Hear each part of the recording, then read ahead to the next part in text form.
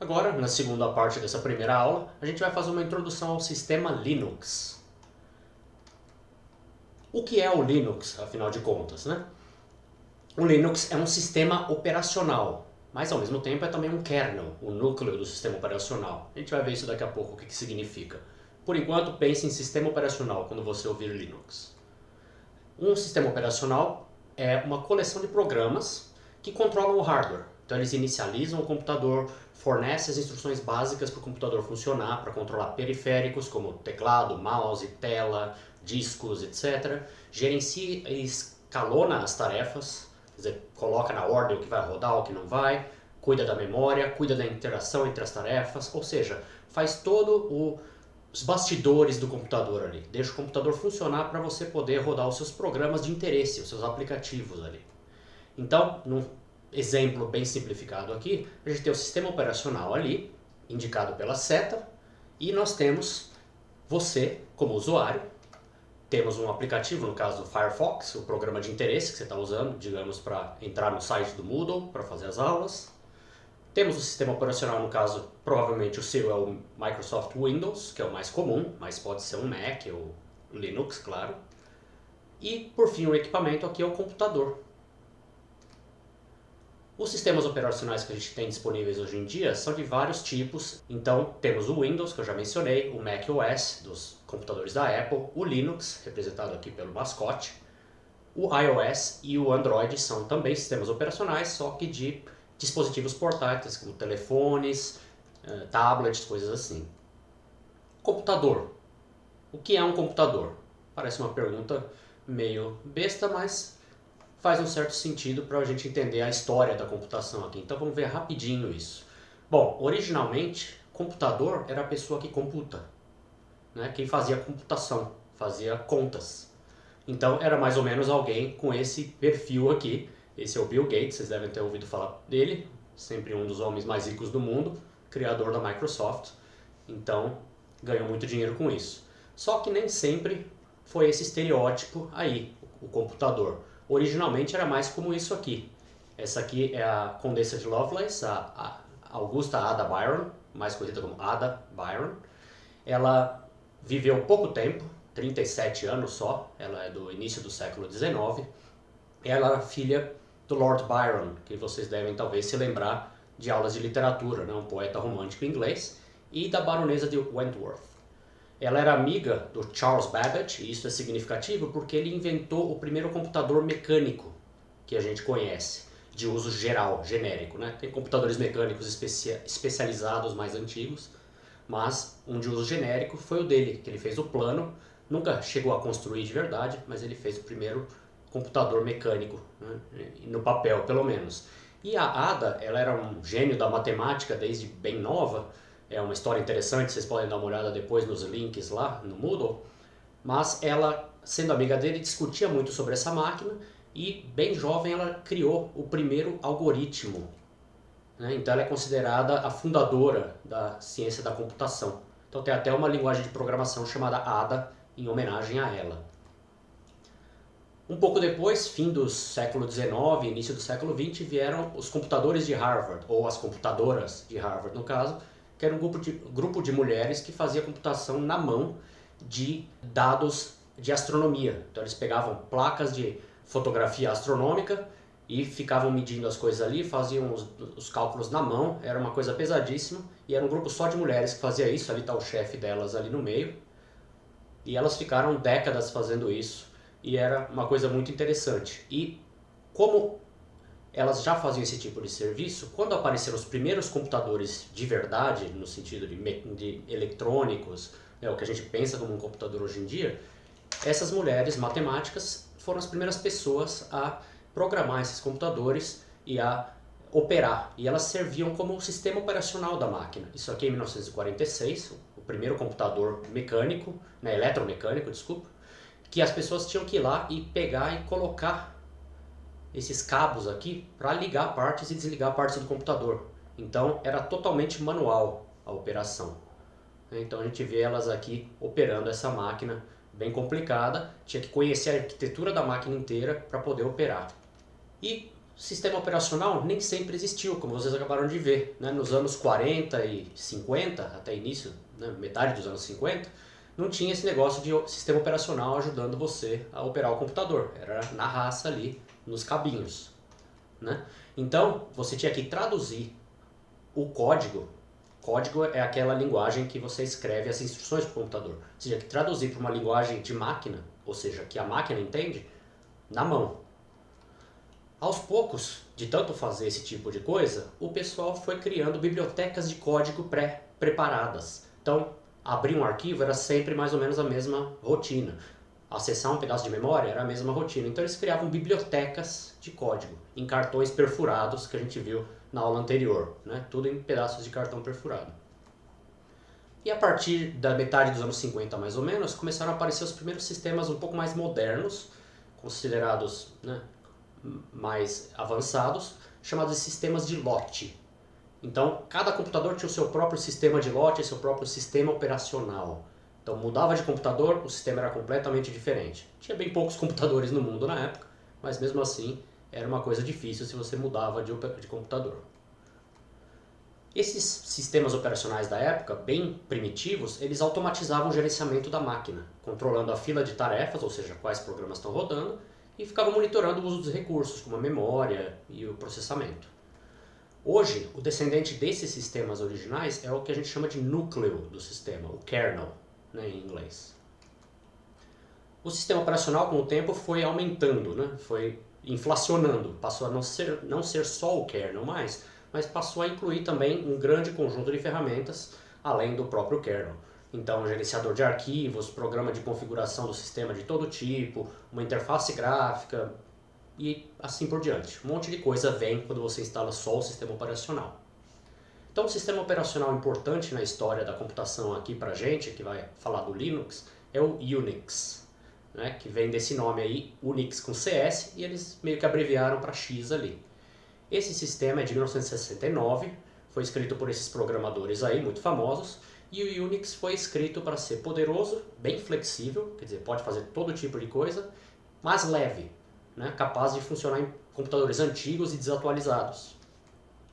Originalmente esse sistema foi pensado para ser só uma ferramenta para programadores usarem para criar programas para outros computadores maiores. Então era mais um brinquedo deles ali para ajudar a criar programas maiores para sistemas mais sérios, digamos assim. Só que o sistema Unix funcionou tão bem e era tão flexível e poderoso mesmo, que cresceu em uso na comunidade acadêmica, especialmente nas universidades. Então os usuários começaram a criar suas próprias ferramentas para rodar dentro do Unix e eles distribuíam o sistema, porque o código era livre, digamos assim. O pessoal mandava uns para os outros o código e eles modificavam, recompilavam, quer dizer, faziam funcionar na sua própria máquina e distribuíam para outras pessoas. E daí, dessa época, veio o que a gente chama de filosofia Unix, que é o seguinte: você tem programas pequenos e que tem uma função só. Então eles fazem uma coisa só, mas fazem essa coisa bem feita. São programas mais simples, mas que fazem algo bem feito. E você combina os pequenos programas para criar uma tarefa mais sofisticada, em vez de criar um programa gigante com muitas funções. Então, uma frase que vem de um livro de dois programadores famosos aí, em 1984, é que o poder do sistema vem mais da relação entre os programas do que dos próprios programas. Então aqui a gente tem um diagrama dos descendentes todos daquele Unix original, que é esse sistema que nem tinha nome, na verdade, no começo, em 1969. Está aqui como Unnamed PDP-7 Operating System, então o sistema operacional de um PDP-7 era o nome do computador onde eles estavam usando, que era um computador que estava largado lá num armário, que não tinha uso porque estava desatualizado, e eles criaram o Unix nesse computador aqui. E aí, como o pessoal ficava espalhando o código, como eu acabei de mencionar, passou a existir um monte de versões do Unix, que foram divergindo, até aparecer aqui os sistemas que são Unix-like, né, semelhantes ao Unix. Eles não descendem do Unix original em termos de código, você vê que não tem nenhuma linha ligando o Linux ou o Minix, que é outro tipo aqui, ao original. Eles são baseados intelectualmente no Unix, mas não usam nada do código. Por quê? O que aconteceu? Bom, chegou um momento em que os advogados falaram, para aí, isso foi no fim dos anos 70, mais ou menos, começo dos anos 80, nessa época, 81, 82, eles falaram, para de compartilhar o código, porque isso é propriedade da nossa universidade, ou da nossa empresa, ou isso ou aquilo, e aí eles botavam licenças de uso e proibiam que se espalhasse o código. E teve gente que não gostou disso, e aí surgiu o projeto GNU. Né? O kernel é só uma parte do sistema operacional. Tem outras partes que são o compilador de programas, o ambiente da linha de comando, um monte de outros programas que são necessários em volta do kernel. Né? E isso aconteceu por causa desse senhor aqui, que vocês veem aqui embaixo, não o Julian Assange, mas esse do lado dele, o Richard Stallman. Ele era meio hippie, não gostou dessa história de fechar o sistema, ele queria que tudo fosse compartilhado no espírito da ciência, e aí ele falou, não, Free Unix, né? Libertem o Unix. Então ele criou o GNU is not Unix, né? Que é GNU. Então é um acrônimo recursivo, com a piada de programador, né? Então ele criou isso do zero, sem código de lugar nenhum. Ele falou, da minha cabeça eu vou fazer todos os utilitários necessários para ter um sistema. Então um editor, um shell, um compilador, um linker, né? Tudo necessário para criar o sistema. E ele foi criando, só não criou o kernel, justamente. Mas uma outra coisa que ele criou, que é muito importante, é a licença que ele criou para distribuir o código dele. Ele criou o que é chamado a GNU GPL, GPL é a General Public License, a licença pública geral, que cria o movimento de software livre, free software, né?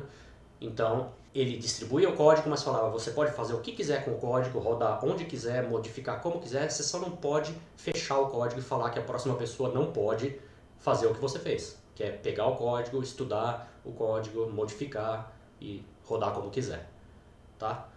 Isso aí vocês vão ver porque que é importante daqui a pouco. Então a gente tem aqui os nossos descendentes de novo e o Linux ali. Né? Como eu falei, ele não é um descendente direto, mas ele é baseado intelectualmente. Por que ele foi criado?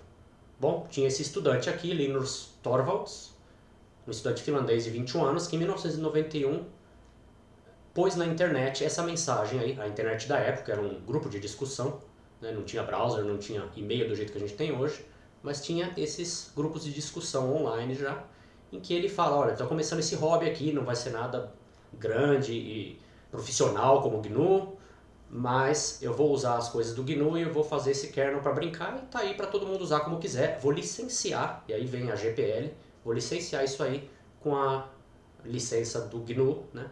E soltou para o mundo. E daí nasceu o GNU/Linux, como muita gente chama o sistema. A maioria chama só de Linux, o Richard Stallman principalmente chama de GNU Linux. O sistema. Ele nem conversa com você se você não chamar de GNU Linux. Então, isso foi a junção do kernel, que é o pinguinzinho aqui, o Linux, que foi criado pelo Linus Torvalds, e todos os utilitários ao redor do kernel, que foi criado quase 10 anos antes pelo Richard Stallman. Então, juntando as duas coisas, apareceu um sistema funcional, que é o Linux. E aí vocês podem agora se perguntar, e eu com tudo isso, né? Por que Linux? Bom, primeiro que todos aqui usam o Linux todo dia, na verdade, sem contar essa disciplina aqui. Vocês usam o Linux, por exemplo, vocês devem conhecer esse mascote aí, o Android, robozinho, que é o sistema operacional por trás de 85% mais ou menos dos telefones celulares e tablets que tem por aí. E o Android é baseado em Linux, dentro dele tem o Linux. Se você mexer no seu tablet ou celular de um certo modo perigoso, que pode estragar a garantia, né? Você consegue ver a linha de comando igualzinha à do Linux, que vocês vão aprender na aula que vem. E por causa da licença de software livre, o Linux pode ser usado por quem quiser, pode ser modificado por quem quiser para fazer o que quiser, né? Contanto que eles mantenham essa liberdade para os outros. Então o que aconteceu é que o pessoal começou a usar o Linux para tudo. Então ele está presente em tudo quanto é tipo de computador, desde um relógio, né, um smartwatch, né, um relógio inteligente, até os maiores computadores do mundo, os maiores supercomputadores. Então, se você tem conta no Facebook, por exemplo, as suas fotos estão num servidor Linux gigantesco, né? Vários servidores, eles têm um monte de computadores. Eles rodam uma versão específica de Linux que o Facebook modificou para seu próprio uso. Se você tem vídeos no YouTube, assiste a vídeos no YouTube, você tem e-mail do Gmail se você é da USP, se você faz buscas no Google, que praticamente todo mundo faz hoje em dia, você está usando Linux, porque o Google tem data centers gigantes rodando um Linux que eles modificaram para funcionar para eles. E a própria web, né, a própria internet gráfica que a gente conhece hoje, começou com um computador Unix, que é esse aí fisicamente mesmo, está no museu. É o computador do Tim Berners-Lee, Sir Tim Berners-Lee, que foi o inventor da web. O sistema da gente ter páginas com links e coisas assim. O NextStep não é um ancestral do Linux, ele é um ancestral, na verdade, do macOS, mas ele é um tipo de Unix também. Então, quando você está usando a web, geralmente você está usando o Linux, porque os servidores web são baseados, correm, né, o sistema operacional Linux em geral. Então, essa foi uma breve história rapidinha do Linux.